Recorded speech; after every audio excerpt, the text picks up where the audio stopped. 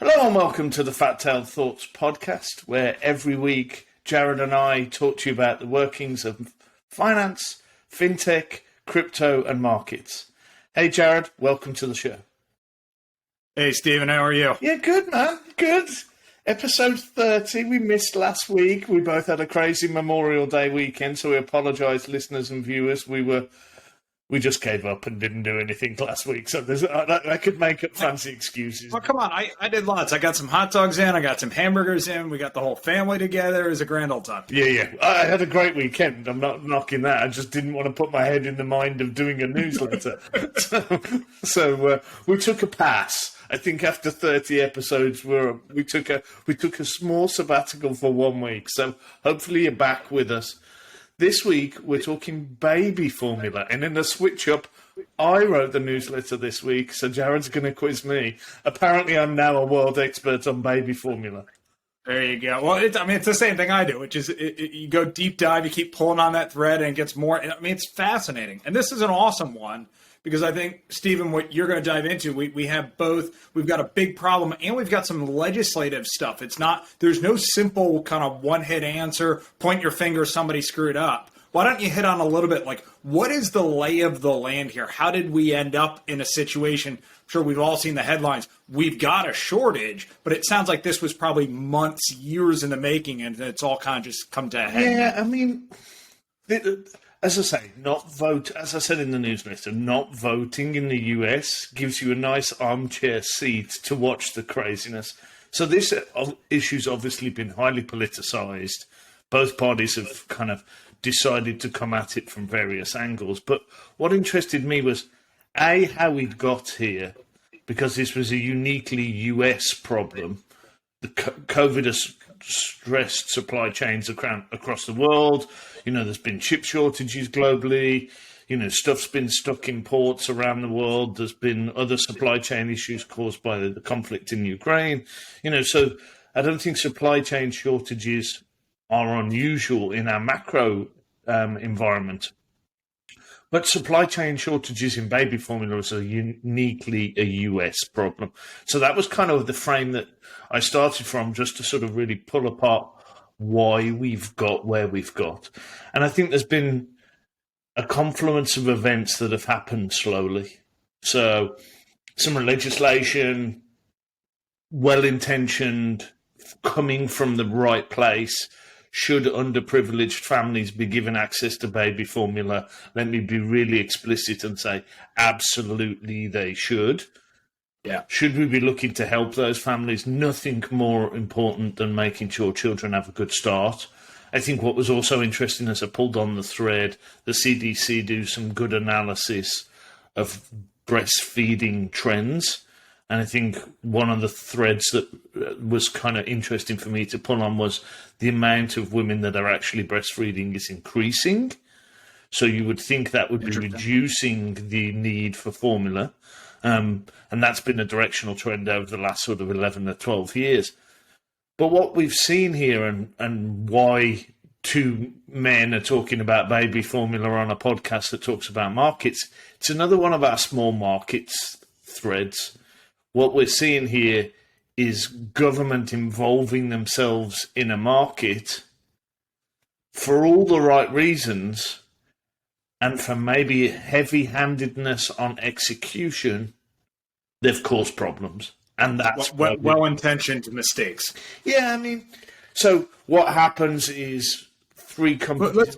Let's back up even further, like, because it's helpful. Like, I don't have kids yet, so I know the term baby formula, but to be honest, I don't really know why. I don't know why it exists. I don't know who uses it. I don't know, like, the trade-off between breastfeeding and baby. Like, this is a complete mystery to me. You will have fun with this one. But I don't know the basics of what we're talking about. It'd be helpful to just help me level set. Like, what is it? Who consumes? Well, I assume babies, but who consumes it? So having had 4 kids, this will be part of your future at some point. Right. You will be feeding a baby at 3 o'clock in the morning, being very grateful that your wife doesn't have to breastfeed so you can get some brownie points. But no, I mean, all joking aside, this is a replacement for breast milk. What was interesting in the statistics when I looked, the CDC tracks how many babies have baby formula as some part of the mix, and that's up in the mid-80s. About, I think it was in the mid-30s to 40% of babies uniquely have baby formula. Okay. My 4 children did. My wife couldn't breastfeed, so literally after a couple of days, they're straight on to baby formula. So this is, I mean, that's what you're hitting on is really important there. Again, this is all new to me. You're saying that, like, you've got babies who are, I mean, exclusively feeding on formula. So if we have a shortage and they can't get access, like, that just means there's no alternative. And there's no alternative. You know, it's not, oh, we'll just give them normal milk, or, oh, we'll give them, you know. We're making steak tonight. They can. This is typically babies. I mean, opinions vary, but babies start to move on to some type of solid foods, 6, 9, 12 months in. So for the first big chunk of time, 12 months, you're stuck here. There is nowhere to go. So I can fully understand why this became a lightning rod of an issue. If you're a mother, you've got a young baby, they cry if they don't get fed. I mean, and you are going through a lot of this stuff on a daily basis, and it ain't cheap to start off with. And, yeah, 9 months. You're not stocking. Maybe if you have a big enough suburbs house, you could stock 9 months if you get your hands on. But certainly, like my New York apartment, you're not stocking 9 months of that. I mean, this is a military operation. You know, it's sterilizing bottles, it's creating formula to exact mixtures. I mean, yeah, it's a military operation at the best of times when you've got supply. When the supply is constrained, and there was some good data that shows the amount of constraint and the amount of out of stock, and this stuff just went from 2 to 8% out of stock, which is a truck didn't turn up that day levels. It didn't explain that, but trucks get diverted, stuff happens. Some guy crashes a truck on the freeway, it's got baby formula in it. Some store doesn't have it in stock. 2 to 8% is kind of normal outage. 40 to 50% of stock out of stock rating come the end of May. My Lord. So if you and I assume that's probably not evenly distributed, meaning there are places that just for miles around just nothing. Yeah, I didn't put it in the letter, but the state by state fluctuations. So some of the states were up at sort of 54, 55% out of stock, some of them in the high 40s. So, I mean, it wasn't massively skewed, but it was regionally a difference. So you just hit on briefly, like government legislation, like how are people getting access? I assume given that this is a necessity, I assume there are government programs set up to help people to fund it. And my guess is I would assume where we're going with this is the very people that need the help the most, that there's a government program being set up for, are the ones in the most trouble right now. That's kind of intuition here. Yeah, so what we've seen is and I can't remember the name of it now, I should have the letter in front of me, but WIC is the program, and this was invented... It's Women, Infant, Children, correct? You can pull it up while I talk. I'll pull it up while you're chatting. Yeah, we'll get smarter here by actually having the letter up that we're talking about, people. But bear with us. So this program's invented in the late 1970s, re-legislated and added to again end of the 80s. Fantastic program, as I say, set up with all the best intentions.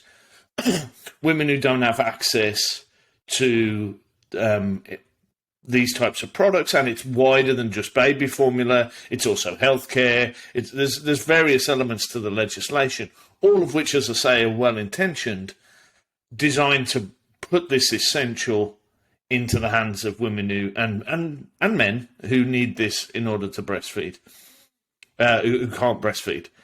What the challenge is, and this will lead us on to the second part of the conversation, what it's led to is monopolies being created in certain markets. What happens is this gets regulated at a state level. The state puts an auction out.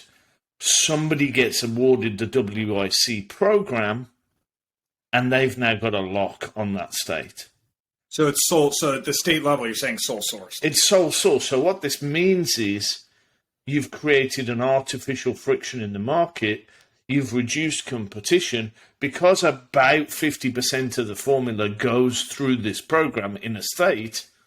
You start to see real levers pulled in a market that creates some problems. And what you've ended up with, as you've wound forward from the 80s, is concentration. There's literally three companies in the US that make baby formula. They've obviously consolidated their plants because they're in a small market with a number of competitors. What you do in those markets over time is drive efficiencies, drive down costs, because it's a three-person market. Those dynamics happen in every three-person market. And what we've had is a concentration down to a smaller and smaller number of manufacturing facilities. One of those manufacturing facilities, Abbott, went offline because 4 cases in infants was found. This whole problem relates back to 4 infants. Obviously, we don't want any issues in this supply chain at Vital, but we created this problem for millions of families across America because 4 cases. That Abbott disputes, by the way, were caused. They closed the plant, arguably the right thing to do if there's any issues here. But then because we've got such a concentrated supply chain, we've got an issue. You'd think, oh, okay, if this is a US supply chain issue, let's just import it from abroad. Well, then there's tariffs put on baby formula of about 17 to 18%. Oh, God. So we've got a market where only US manufacturers can compete, and only US manufacturers have been concentrated to 3 suppliers. So let me just back up here, because I mean, that is wild. So we've got legislation that's passed in 1974. I pulled up the name when we were chatting. Special Supplemental Nutrition Program for Women's Infants and Children. Catchy title. Exactly. No surprise, it's called WIC. Yeah. So it passed in 1974, and then I believe we have an update. It's like the 89 Congress or the 90 Congress that again, we update this type of legislation all the time, and it's like, okay, states, you're going to sole source now. And I think that's where it went wrong, if from what I could tell. There was a great letter and a great research that I quoted in the letter talking about the structural issues. I've summarized about a paragraph in the letter. I read all of it, obviously, to write the letter. It's a really good report. That's from 2009. So we're talking, Yeah, we've had finger on the pulse of this for a while. We've known this concentration in this market, the scholarly research that says this is a problem. We were on this trajectory. All it took was one plant to go offline, and we've created a national problem. Well, it's an interesting one, because if you look at the concentration in the U.S. versus global, when you say it's a specific U.S. problem, I mean, let's start with the basics. We don't have this type of manufacturing concentration in any other major country. Most of them have 20, 30, etc., which, by the way, was the state of the U.S. prior to this legislation. The sole source contract, as you drove, it's going to be a low-cost provider. That low-cost provider means that you're going to get massive economies of scale. So you just get these massive acquisition plays. It's like, I can lower costs by acquiring everybody else and just producing more. But that's once you get to capacity. I mean, the U.S. population is increasing by like 1.5% every year. That's not like, at some point, there's the baby infant formula market is not growing by a population standpoint. If more people are breastfeeding, it may in fact even be shrinking. So at that point, the only way to drive down costs once the market is saturated is either increase manufacturing efficiency. That's going to have only marginal improvements over time, or basically do just-in-time manufacturing where you have no excess capacity, because that's quote unquote cost you're cutting out of the system. But that means you've created a very fragile system. Yeah, and I mean, this stuff doesn't happen overnight. I don't know how many companies there were making baby formula before the legislation hit in the late, the update to the legislation in the late 80s, but there's no incentive for a scrap. You and I decide we're going to transform the baby formula market, and we think we could bring something unique. We get some funding. As we've seen direct to consumer, people have gone and taken on Gillette with Dollar Shaving Club. I'm not saying you could disrupt this market, but there's enough capital been flowing around for the last 10 years for somebody to think, hey, I'll go and do the Chewy type direct to consumer model of baby formula. I'll go right down the supply chain and I'll make my own, and then I'll put a B2C consumer model on the top of it. Nobody has been able to do that and be the scrappy fourth player that disrupts a market, because structurally legislation has prevented them from doing that. And I think that's the key takeaway here. I think also it sounds like the FDA has some, and again, well-intentioned, but extraordinarily stringent requirements for what it means to offer baby formula into the market, which I assume is just like the pharmaceutical world. I assume it would cost hundreds of millions of dollars just to get through the testing and the facilities and the proof and so on and so forth, just in order to get it into market, which means there's no quote unquote minimum viable product there. It's either a good gigantic one or not. And that dramatically in order to justify a $200, $300, $400 million investment, you have to have a massive potential market to go after. And if you got three people that got a lock on 50, 60% of the sole source state spend, at best, you're going after the other 40% of the market. That's going to be a struggle. Yeah. There's a lot of moats in this business created for those other three, both from the capital intensity required to get into it, for the FDA approval to get your product into market. But then also, as you say, you're competing for half of the TAM.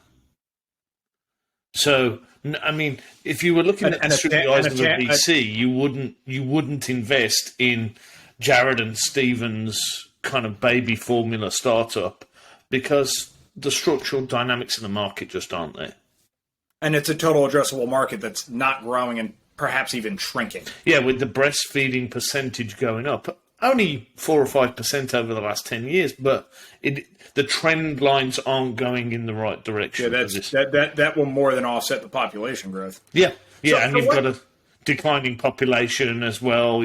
All the dynamics that you'd look at from a product management perspective if you were a VC don't look good. So why aren't we importing? We'll cross off the startups. So NHS in the UK has ridiculously high standards. Canada has ridiculously high standards. Japan does. There are no shortage of markets that clearly have very healthy kids, high functioning healthcare systems, and also have infant formula markets. So why aren't we bringing those into the US to help alleviate some of the supply? First piece is it's the FDA, and we all know about drug imports into the US. There's a lot of impact around the price of drugs in Canada versus the price of drugs in the US. Let's not open that can of worms, but that's a topic. So there's some structural barriers of trying to get these types of products.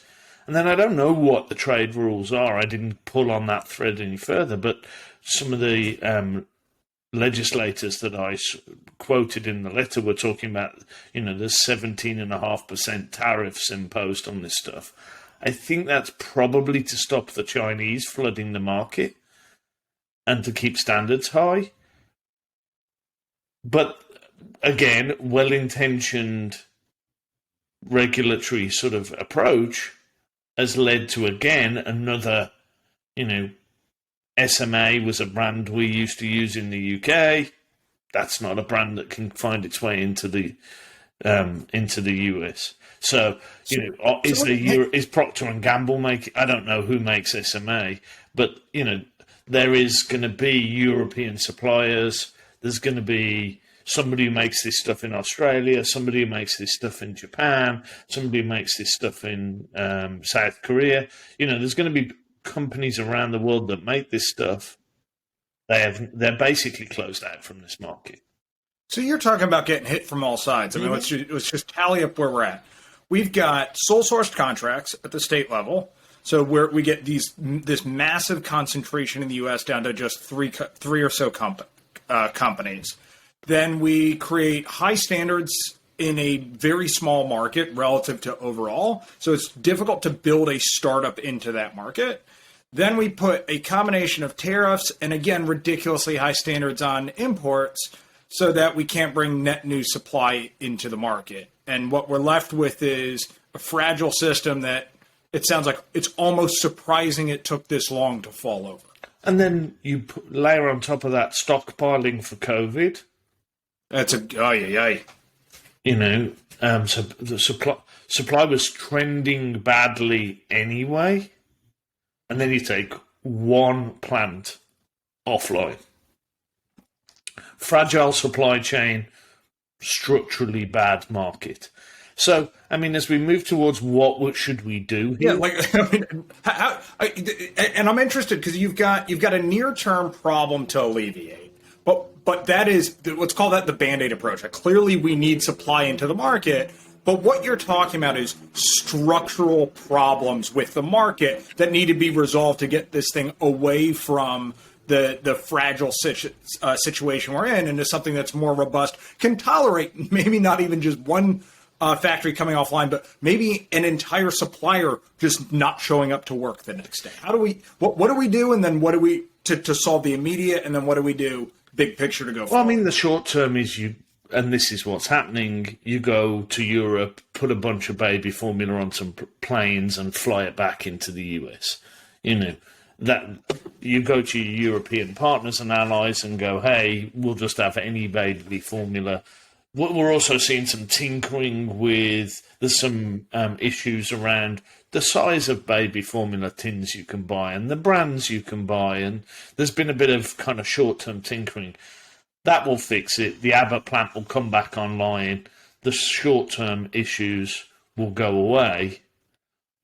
I want to hit it, but before you move on to the long-term, though, like, if you have lived in a state and you're part of the 2/3 of people that are on the WIC program, I've got to imagine that the brand recognition here, you have seen one brand of formula your entire life. And now you wake up and some random British brand is showing up. Maybe it's a French brand and all of the writing on the bottle is in. Like, how do you react to, how do you get people to be comfortable adopting that? I recognize they're in dire situations, but it's like, here, feed this to your baby. You have no idea what it is. Well, and people change formulas. There's different formulas. Your baby doesn't like this one. Hey, try this other one. They might like it. I mean, you buy your burgers in New York from a particular place because they taste better than the burgers at the other place. I might like the other place. Babies are exactly the same. So that's the short-term problem. I mean, a screaming baby, ultimately at some point, you're just going to feed the baby. But mothers have to go through that additional stress. So I think none of this situation is good in the short term. The first thing is, hopefully that Abbott plant is coming online pretty quickly. Abbott, as I say, looks like a well-run company. Read their press release. Obviously, they're going to be incentivized to get back on stream. So hopefully this short-term problem goes away. But, I mean, as I say, some of the... And this was interesting as I read it. There seems to be bipartisan support for some of the issues. Obviously, in the polarized political environment we have in the US at the moment, finding common ground is hard. But I think legislators on both sides of the aisle can say, if there's a problem with baby formula, I think we can get behind a fix. So I think what I saw, and good that I saw it, was a trend towards, let's go back and look at specifically that legislation update for 1989 and go, is sole supply where we should be heading? And what are we doing in the supply chain? Tariffs were also being discussed. You know, as I don't think baby formula finds its way to the top of a trade deal discussion, but I think it'll be higher up the list now as the US looks to do trade deals with Canada, with the US, with the UK, with Europe. You know, with its established trading partners, will baby formula get added to those deals, or will supplements happen to those deals? Part of what I find remarkable about this is just abstract away from the fact that we're talking about baby formula for a moment. the challenges we're talking about, you've got government legislation that was wonderfully well-intentioned and it seems like has been wildly effective in driving down the cost of formula, but it's come at the cost of fragility in the system. So while we've optimized for exactly the thing we set out to, there are unintended consequences that we simply didn't wrap our heads around. And while we had people kind of raising alarm bells, nothing happened until an actual crisis. And I mean, we could have the same conversation about COVID and vaccine production. Bill Gates was raising the alarm bells in 2004 about the ability to produce vaccines at scale in the event of a pandemic. PPE, same exact thing. But if we go a little bit broader, we have this same conversation, say, with semiconductor chip manufacturing and the challenges that car manufacturers are having. I mean, we can go right down the line. We have a whole series of systems that have been optimized for, say, cost savings by just-in-time inventory, cost savings by going to the low-cost provider. In the case of the space shuttle program, cost savings in theory by sole sourcing and doing cost-plus margin spaceships. And yet, in isolated pockets, SpaceX being a good example, you've got somebody who's actually managed to get into the market, shake it up and say, look, I know what you're optimizing for, but if you look at a bigger picture, there are other things you want to be able to solve for beyond just cost, beyond just speed, that are important at the system level. They make the overall system resilient and actually add more value than just cost reduction. From what you're saying, I'm wildly hopeful that we start taking that look at baby formula, but then even more broadly, like there's a lot of pockets where perhaps we've over-optimized for one outcome, not realized the costs and the consequences of what that meant, and this will give us an opportunity to say, hey, look, maybe there's a way of optimizing at the system level rather than just one of the attributes like cost. Yeah, I think fragility in supply chains was probably something we didn't think about 3 years ago. It's top of mind in lots of conversations right now, whether that's batteries for EV vehicles dependent on rare earth minerals, whether it's semiconductors largely for the same reason, whether it's PPE that we need to keep people in hospitals and healthcare situations, whether it's vaccines, whether it's baby formula. I think all of these supply chains and where stuff comes from and how it gets to our shores is top of mind for everybody right now. I think what we've got to also think about is the free market model works. When there is competition in a market will figure it out. Putting sole supply into legislation perverts a market and creates disruption. May not create disruption that year, may not create it in the first 10 years, may not create it in the first 20 years, but it will create tension in that market at some point and lead to increased fragility like we've just seen. Yeah, and it's not a free market or heavily legislated or regulated. There's this middle point where I think baby formula is a really good example. We want the FDA to have standards. Like we don't just want people launching crap into the market and babies routinely getting sick.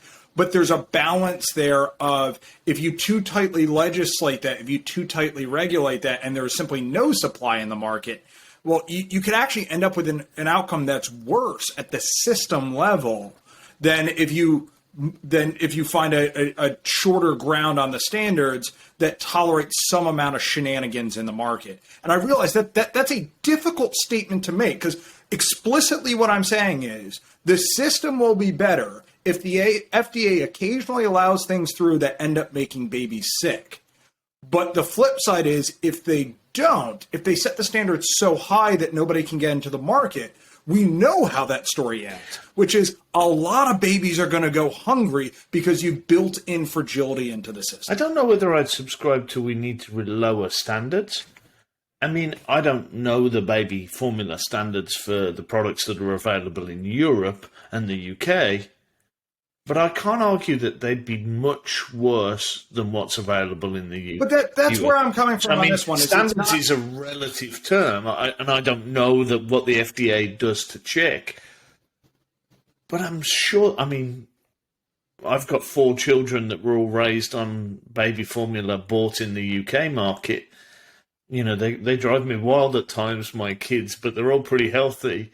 You know, so I don't know about the standards empirically, but the tariff, that's what I'm saying. The tariff is maybe more the issue for me. Why is there a 17.5% tariff on baby formula coming from the UK and the US? Ridiculous.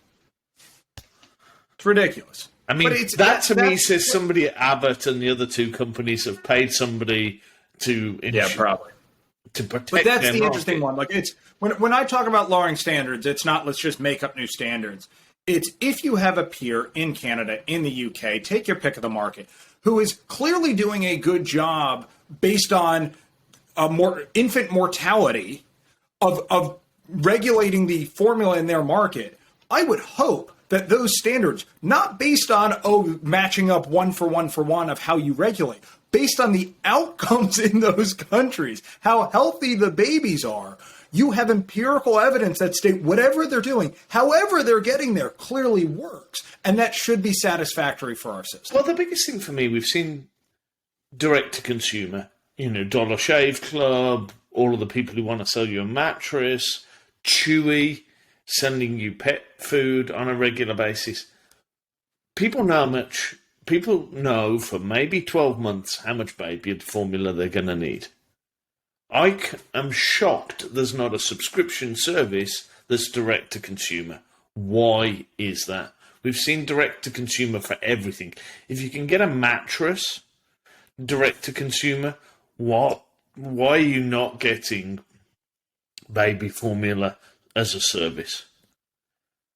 There's something to me that says VCs and obviously founders are not going after that market when there's a huge TAM and an absolute need.